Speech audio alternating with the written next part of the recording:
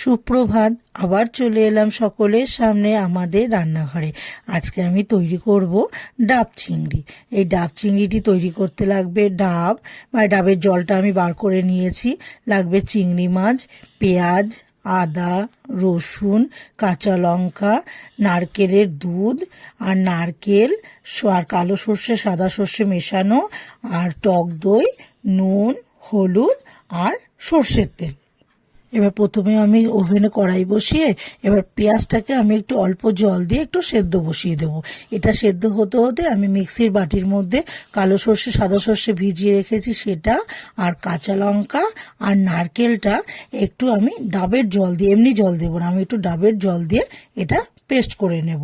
এবার এটা পেস্ট হয়ে গেলে ততক্ষণে আমার পেঁয়াজটাও সেদ্ধ হয়ে যাবে। এবার পেঁয়াজটাকে একটু ঠান্ডা করে এবার মিক্সির বাটির মধ্যে পেঁয়াজ, আদা, রসুন এটাকেও আমি ভালো করে একটু পেস্ট করে নেব। এবার চিংড়ি মাছটার মধ্যে নুন আর হলুদ মাখিয়ে নিয়ে এবার আমি ওভেনে কড়াই বসিয়ে এবার সর্ষের তেলটা দিয়ে তেলটা গরম করে নেব।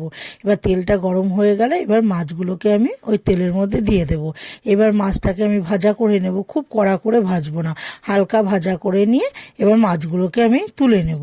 আর ওই মাছ ভাজার তেলের মধ্যে যে পেঁয়াজটা বেটে রেখেছি এবার ওই পেঁয়াজ বাটার মশলাটা আমি ওর মধ্যে দিয়ে দেবো। এবার এটাকে দিয়ে নাড়াচাড়া করে নিয়ে এবার আমি টক দই রেখেছি, ওই টক দইটাকে ওর মধ্যে আমি ঢেলে দেবো।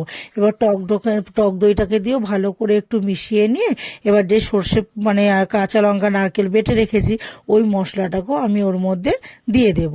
এবার ওটাকে দিয়েও ভালো করে নাড়াচাড়া করে এবার পরিমাণ মতো একটু নুন দেব, তারপরে সামান্য একটু হলুদ দেব, দিয়ে এবার এটাকেও ভালো করে একটু মিশিয়ে নিয়ে এবার যে চিংড়ি মাছটাকে ভেজে রেখেছি এবার চিংড়ি মাছটাকে ওর মধ্যে আমি দিয়ে দেব।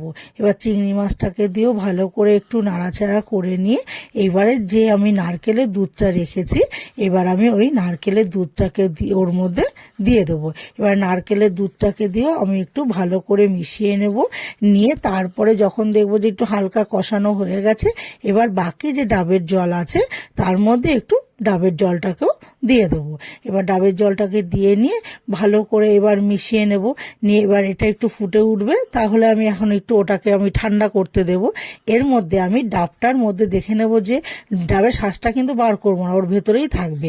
এইবার এই চিংড়ি মাছ আর সর্ষেটাকে ওর মধ্যে দিয়ে আরও কয়েকটা কাঁচা লঙ্কা আর কাঁচা সর্ষের তেল দিয়ে আমি চামচ দিয়ে ভালো করে একটু নাড়িয়ে চাড়িয়ে এবার ডাবের মুখটাকে আমি ভালো করে আটকে দেব, আর আটা দিয়ে আমি পুরো সাইডটাকে ভালো করে চেপে আটকে দেবো যাতে হাওয়াটা না বেরিয়ে যায়।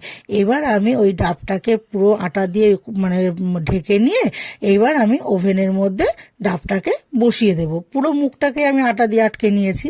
এবার ওভেনের মধ্যে যখন বসিয়ে দেব এবার ডাবটা হতে থাকবে, যখন দেখবো যে ডাবটা একদম সাইডগুলো কালো হয়ে পুড়ে উঠেছে তার উদ্ভব হয়ে গেছে, তখন আমি ডাবের ঢাকাটাকে যেটা আটা দিয়ে আটকেছি ওটা খুলে নেব, নিয়ে এইবার আমি নাড়িয়ে একটু দেখে নেব যে হ্যাঁ গ্রেভিটা পুরো ভালোভাবে হয়ে গেছে, তাহলেই তৈরি হয়ে যাবে আমার ডাব চিংড়ি।